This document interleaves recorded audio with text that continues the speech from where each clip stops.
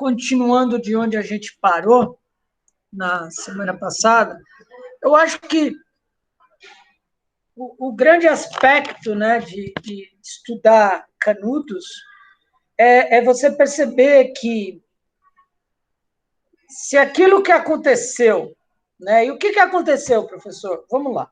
Então, os canudenses, que a gente já está falando de centenas, seguiam seu líder Antônio Conselheiro, um religioso, um beato, que o Sul chamava de fanático, de louco, de assassino, né?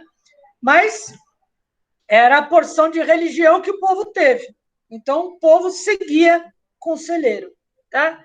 Até que eles chegaram numa fazenda abandonada, o Arraial de Canudos, e lá se estabeleceram, e cresceram e prosperaram.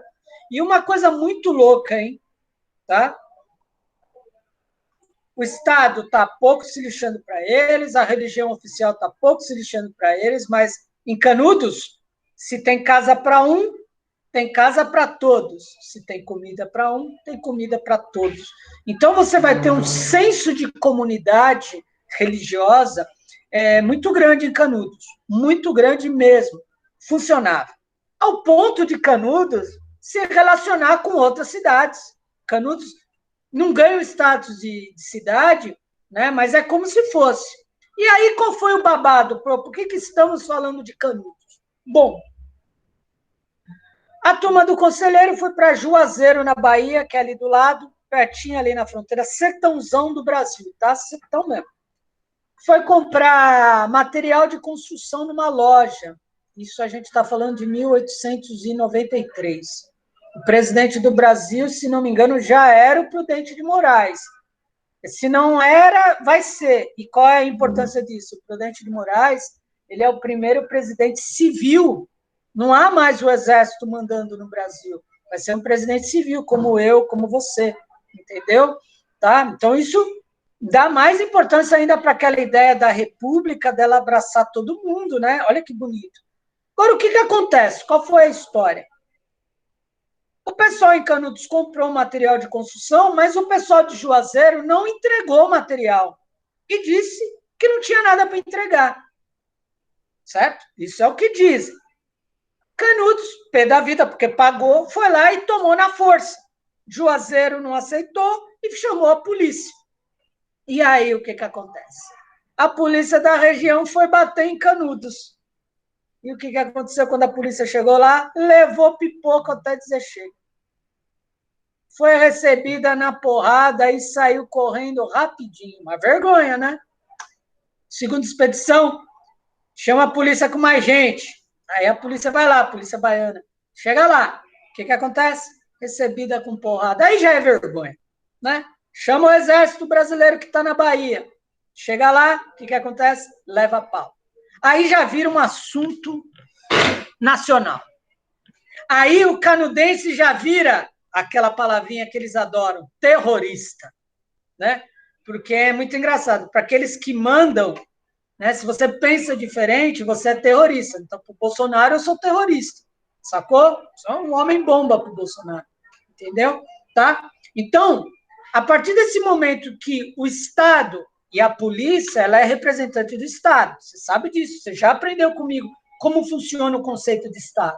Então, a polícia, ela é recebida 2, 3 vezes na porrada. O Exército, lá na Bahia, é recebido na porrada, né?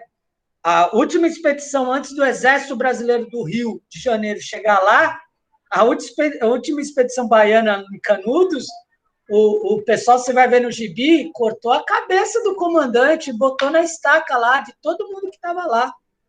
É o recado que Canudos estava dando. Ninguém vai entrar aqui. Tá? Porque vocês estão um pouco se lixando para a gente. Entendeu? Então, virou...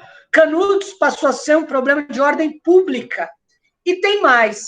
E aí, por que vira um problema maior? Seguinte, eu falei na última aula que a República Brasileira não abraça o brasileiro, mas cobra imposto do brasileiro, né? Lá em Canudos foi cobrado imposto. E Antônio Conselheiro reage a isso. Porque até então não sabia que o Brasil tinha se transformado numa república. E a partir desse momento, o que o conselheiro, quando descobre que o Brasil passa a ser uma república? O conselheiro passa, né, na lógica dele, o único sistema que vale, na lógica do Antônio Conselheiro, um religioso, no esquema dele, né, ao ponto de ser do fanatismo tomar conta em determinados momentos, o único sistema de governo que valia na cabeça do conselheiro é a monarquia absolutista.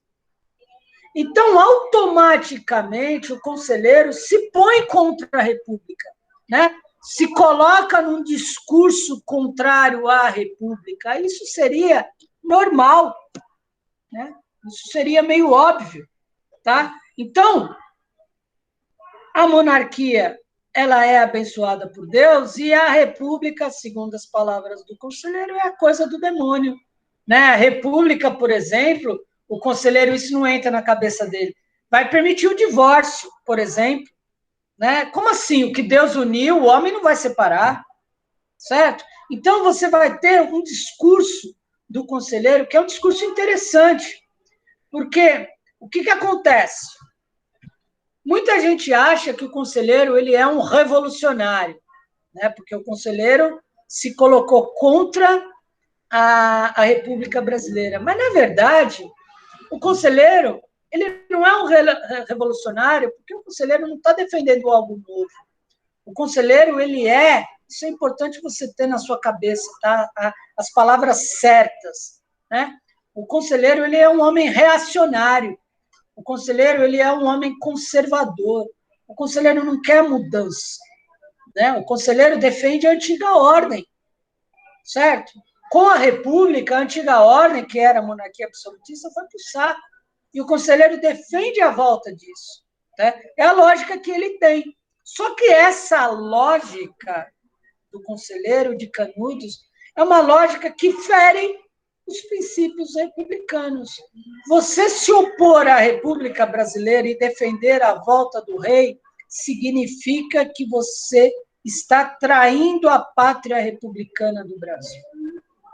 Então, olha só, crianças, os argumentos começam a crescer no sul do Brasil.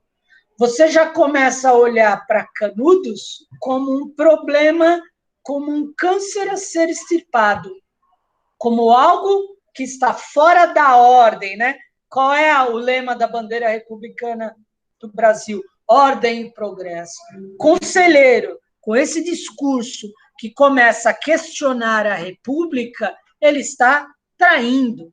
Canudos trai. Então, ali é um bando de terroristas. Então, o que a gente vai fazer?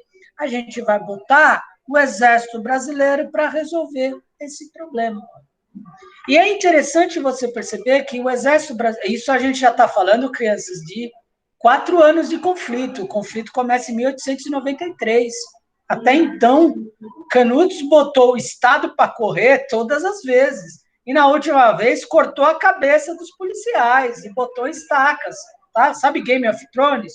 Foi o que os caras fizeram. Então, gaúcho, ó, Canudos ganha fama de problema. Né? Canudos vira um problema de ordem pública.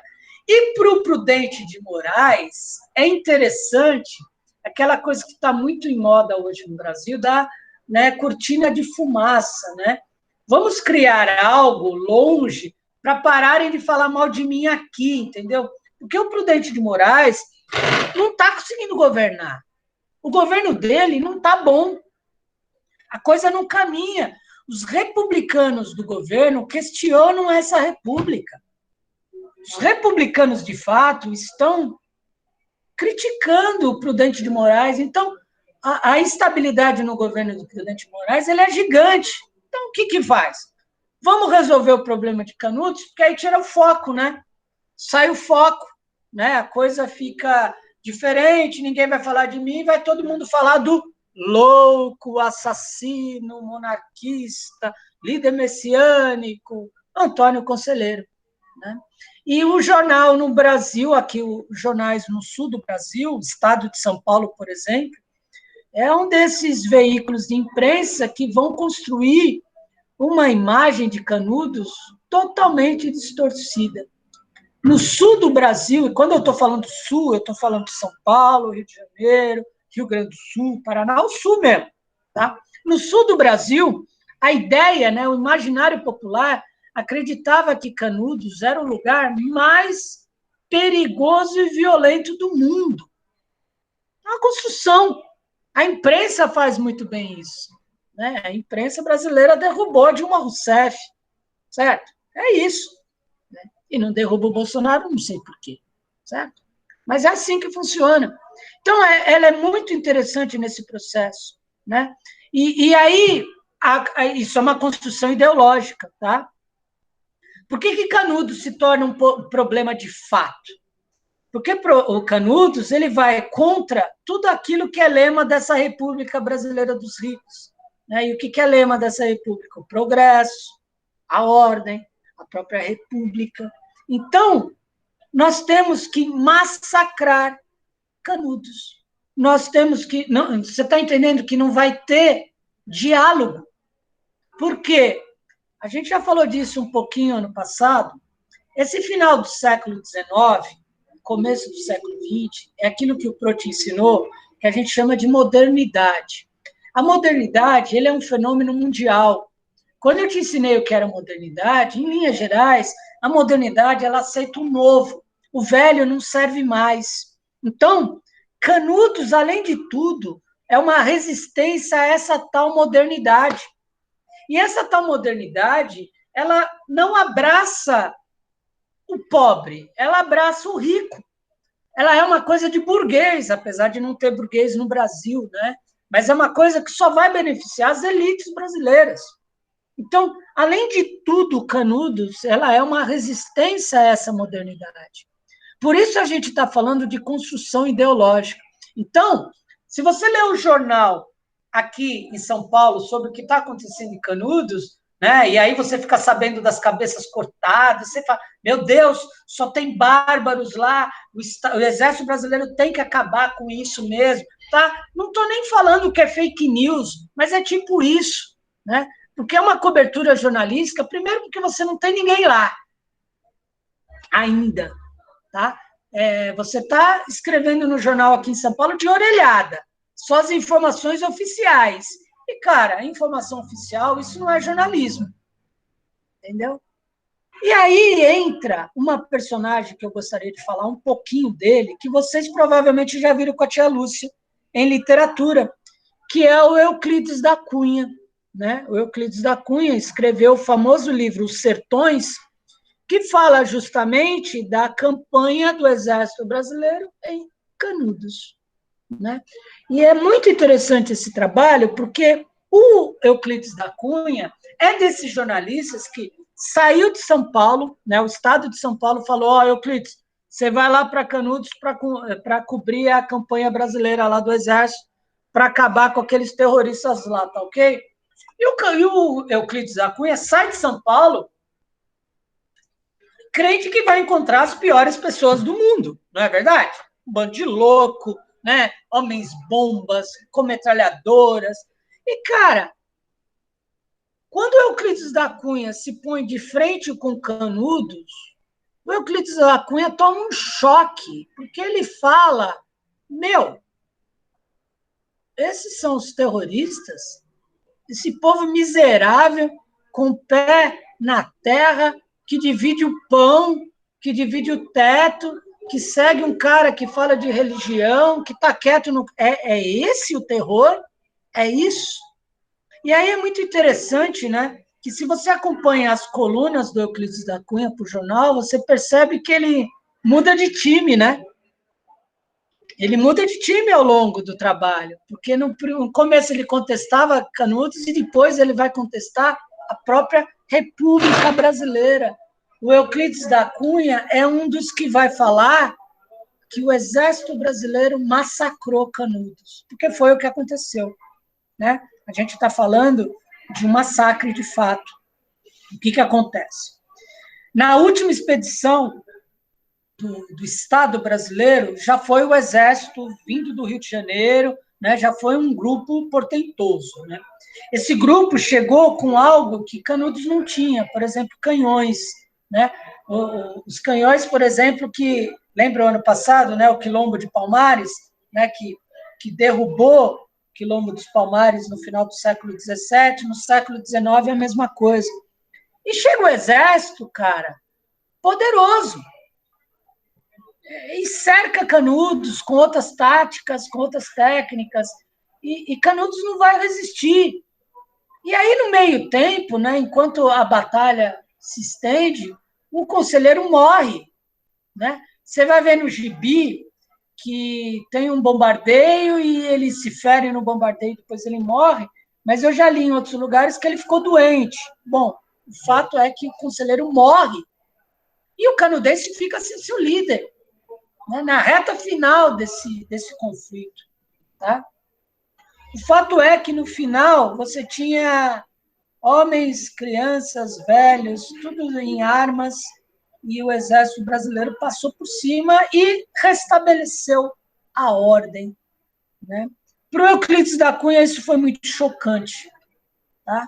Para o Euclides da Cunha, tanto é que Euclides da Cunha é um dos primeiros a usar o termo massacre. Né? O exército brasileiro massacrou. E o Euclides da Cunha lança esse livro dele, Os Sertões, só em 1910, mais de 10 anos depois.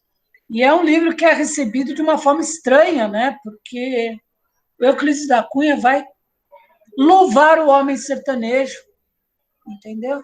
E vai trazer essas pinceladas disso que o Pro está falando em sala de aula, dessa república que ela é incapaz de se comunicar com o seu brasileiro. Canudos, por que você está brigando? Senta aqui, vamos conversar. O que foi, conselheiro? O que está pegando? Ah, você quer doer, mas não dá, conselheiro. Agora é a República. O que foi? Não devolveram lá? Você tem a notinha? Notinha lá do material de construção. Vamos lá pegar uma. Entendeu?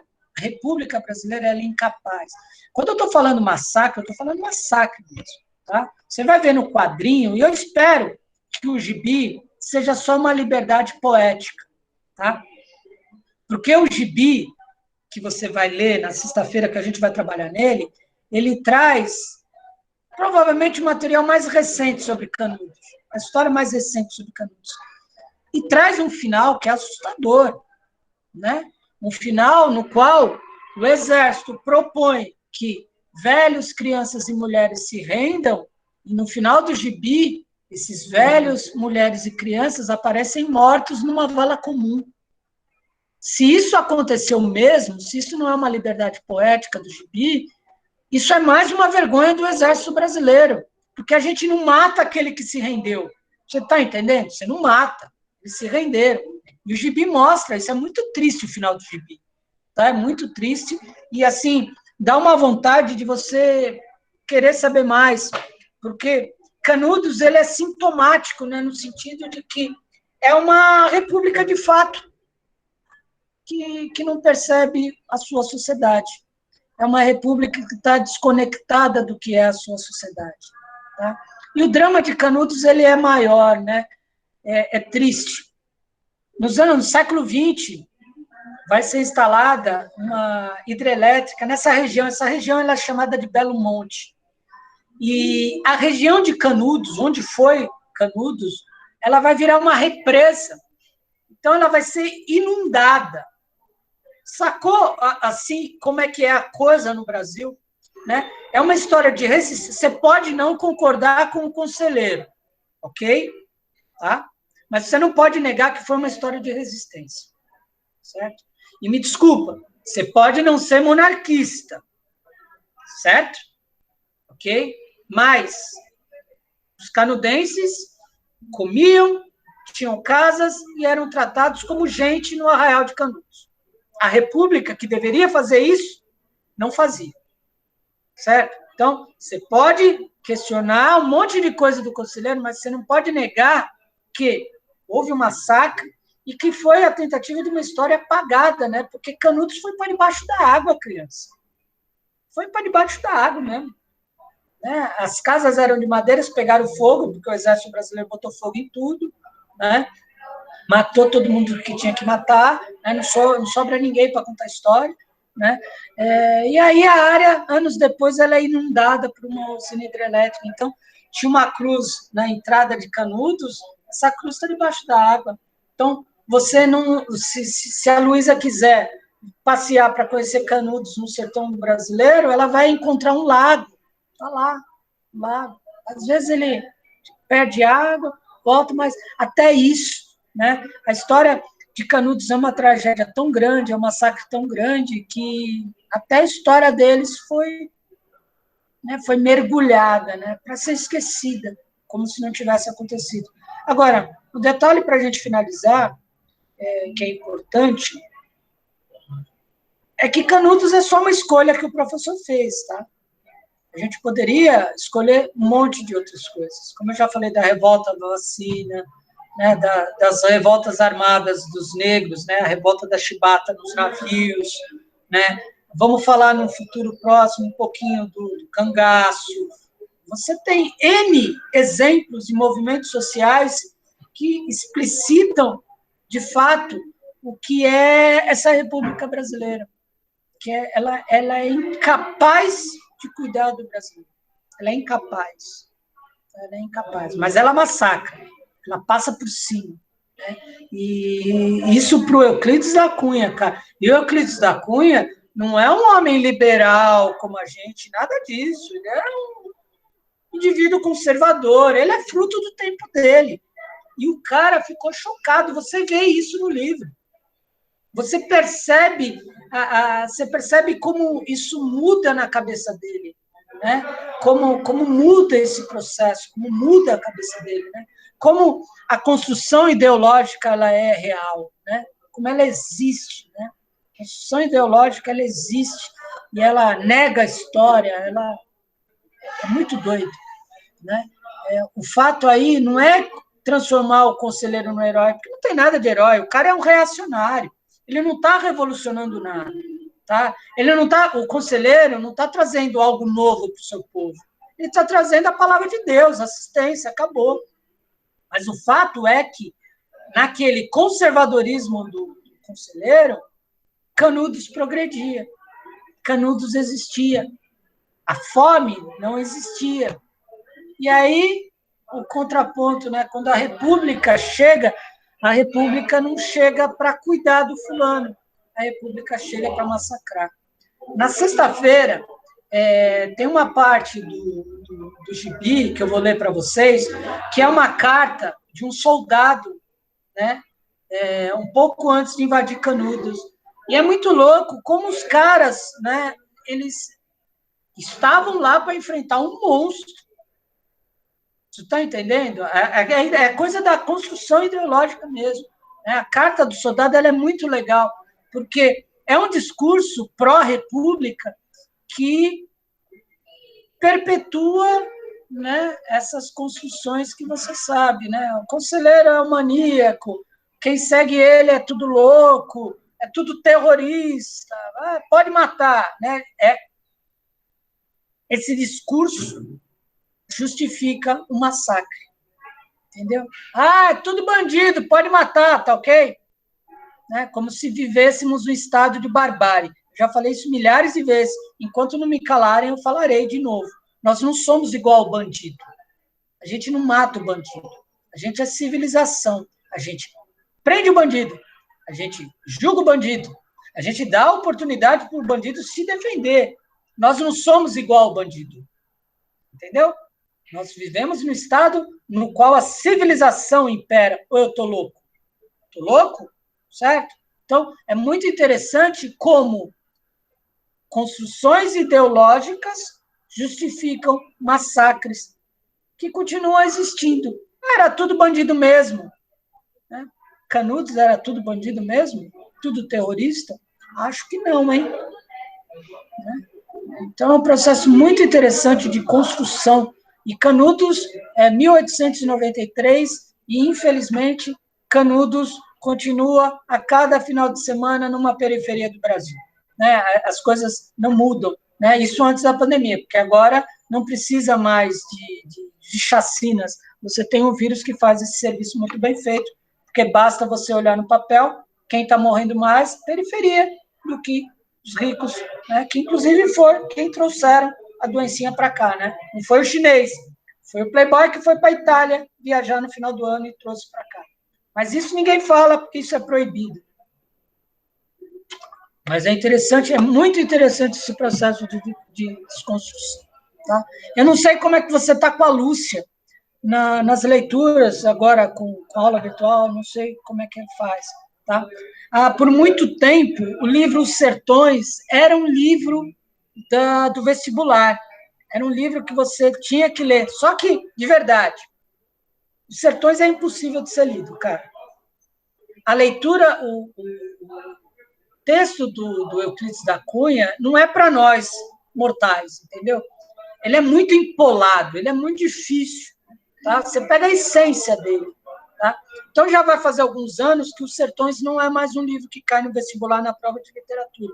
Mas continua sendo importante, porque o Euclides da Cunha faz uma baita de uma reportagem mesmo. Certo? Uma baita de uma reportagem. É muito legal que quando ele percebe que ele foi enganado aqui, né? Quando ele se dá conta de que, porra, o canudense é um cidadão, né? Ele não é um monstro, né? Ele não... É sério mesmo que a gente vai ter um massacre por causa de material de construção? É sério mesmo? É isso. E foi, né? Foi. E a gente não aprende nada, né? Porque Canudos acaba em 1897, se não me engano. 96, 97. 7 anos depois, você tem a revolta da vacina na capital federal, no Rio de Janeiro. Anos depois, você vai ter a revolta da chibata em navios no Rio de Janeiro. Tá? Mais anos depois, você vai ter os militares, os tenentes, reagindo contra o próprio exército brasileiro. Então, em 1917, você vai ter greves em São Paulo, os operários reagindo à exploração do patrão. Então, você está vendo? São coisas que estão se aglomerando, mostrando que alguma coisa está errada. Né? Que alguma coisa está errada, que alguma coisa não está sendo feita. E essa alguma coisa você já sabe. Porque a primeira coisa que eu te ensinei sobre a República, essa primeira República, é que um dos nomes dela é República Oligárquica. República das elites. República que está abraçando só seus próprios grupos, né, de poder, e não a sociedade como um todo. Tá? E eu não vou falar para você ler o livro Sertões, né, mesmo porque os Sertões ele é dividido em 3 partes. Vamos ver se o Pro lembra.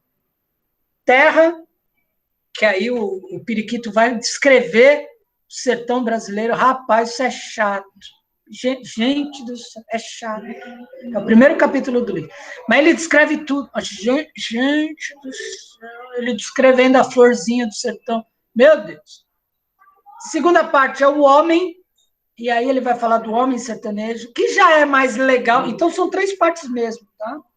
E a última parte é o conflito, tá? Eu sugiro para você, que se você, por acaso, quiser se aventurar no livro dos Sertões, e é domínio público, se você digitar o PDF, você pega ele, você não está roubando, não está cometendo nenhum crime. Leia a última parte, que é justamente a parte do conflito, né, que você começa a perceber.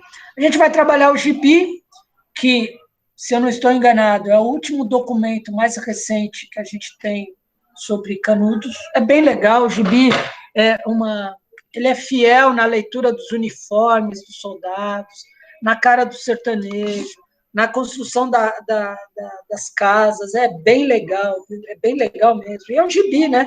As pessoas menosprezam o gibi, mas gibi é uma linguagem visual. A gente vai fazer isso na sexta-feira de manhã. Sexta-feira de manhã ou amanhã? Não, é sexta-feira, amanhã é só geografia. E aí a gente mata isso, a gente segue a nossa vida. Tá? Semana que vem eu quero falar um pouco do cangaço também, e não posso esquecer, vou pegar na biblioteca o cordel feito para o Lampião, né? Lampião, outro terrorista.